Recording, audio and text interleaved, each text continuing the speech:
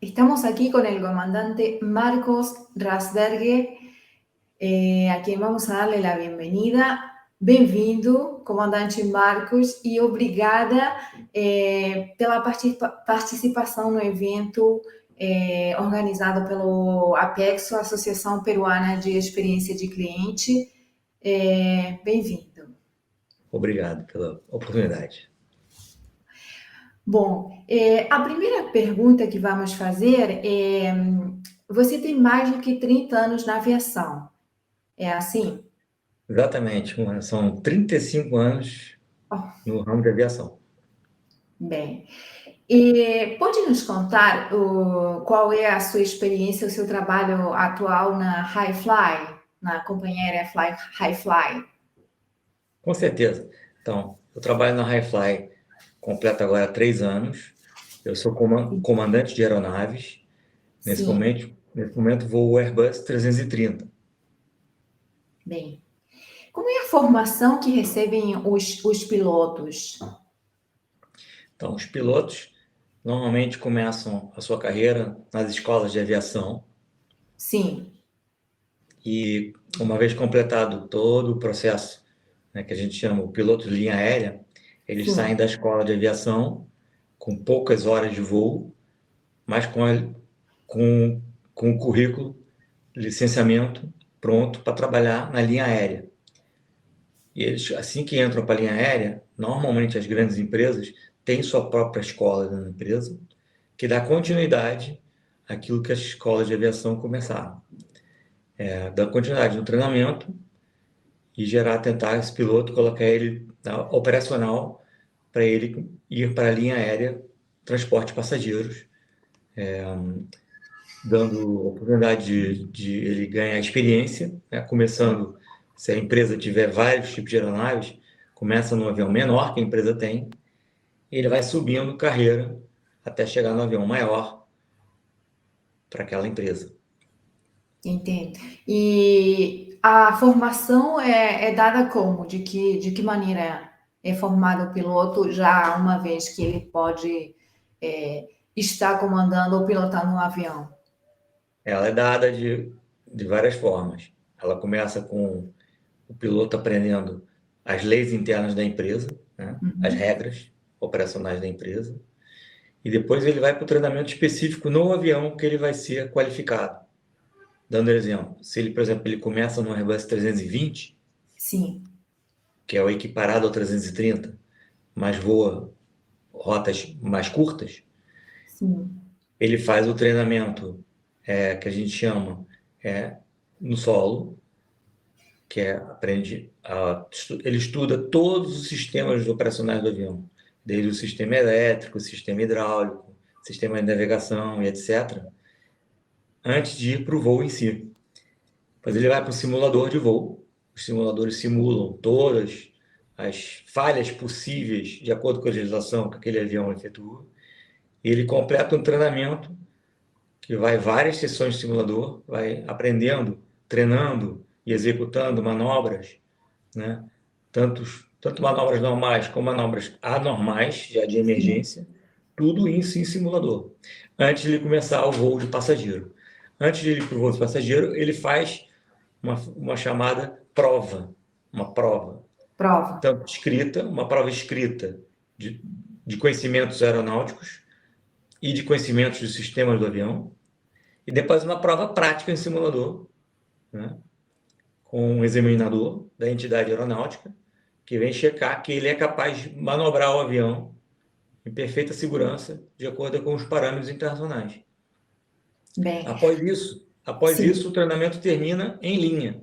Aí ele já vai para o voo, operando, transportando passageiros, em que ele continua voando com o instrutor, para completar, normalmente, setores de viagens e horas de voo mínimas, antes de ele ir voar sozinho. Sozinho, que eu digo, voar com um comandante normal, que não seja instrutor. Ele começa como copiloto da empresa. Vai acompanhado, né? Então, vai acompanhado.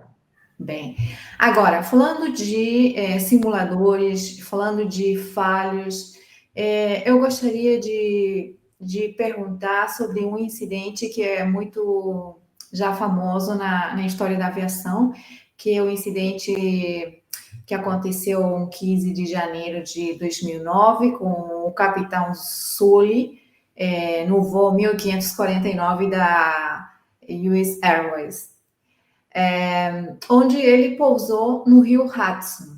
Sim. Ele poderia ter retornado até o aeroporto de LaGuardia,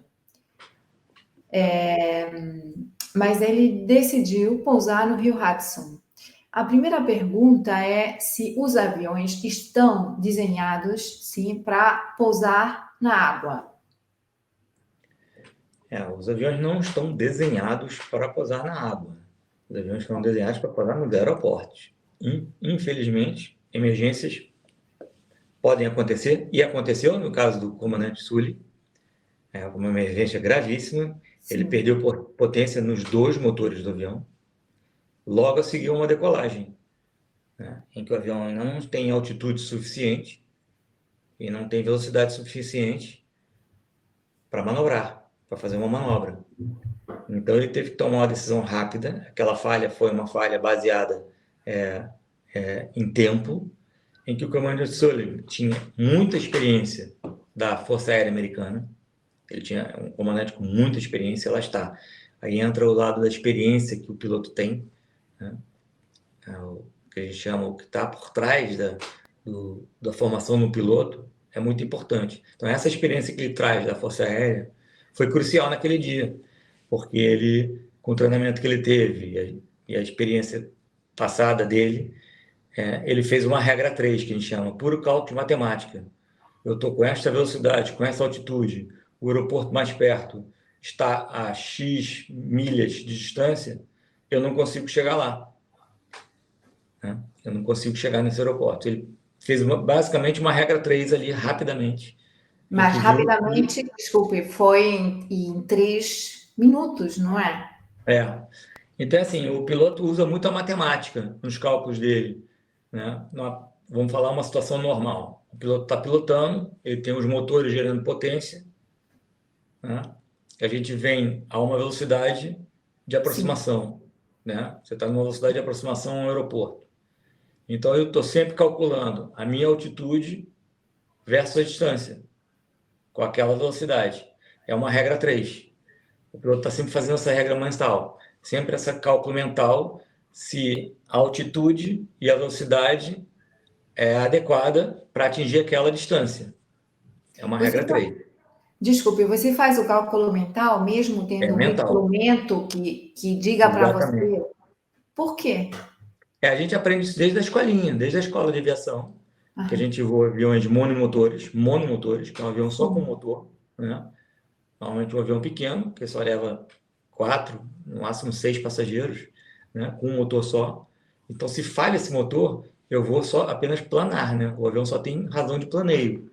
Ele não tem potência para seguir em frente. Então, vou ter que fazer um pouso de emergência. Então, esse treinamento que a gente desenvolve, e os pilotos fazem sempre essa regra 3, altitude versus distância, até onde eu posso chegar. Então, vamos falar, eu estou falando de uma emergência grave. O piloto só tem um motor, perde um motor, ele não consegue, ele vai ficar tentando ligar aquele motor, porque pode salvar a vida dele, Mas se o motor não consegue pegar por qualquer motivo, ele vai ter que pousar num arco em volta dele. Ele vai ter que escolher um lugar para pousar em volta dele. É uma emergência, ele vai declarar emergência para o controlador aéreo, com quem tiver, vai avisar todos os aeronaves que estão escutando aquela frequência de emergência que ele está em emergência, e vai escolher um local para fazer um pouso forçado de emergência. Pode ser uma estrada, pode ser um campo de futebol, pode ser uma praia, pode ser... Ele vai exatamente evitar áreas densamente povoadas. No caso de Nova York, do Comandante Sully, ele é uma área extremamente muito povoada, densamente povoada. Claro.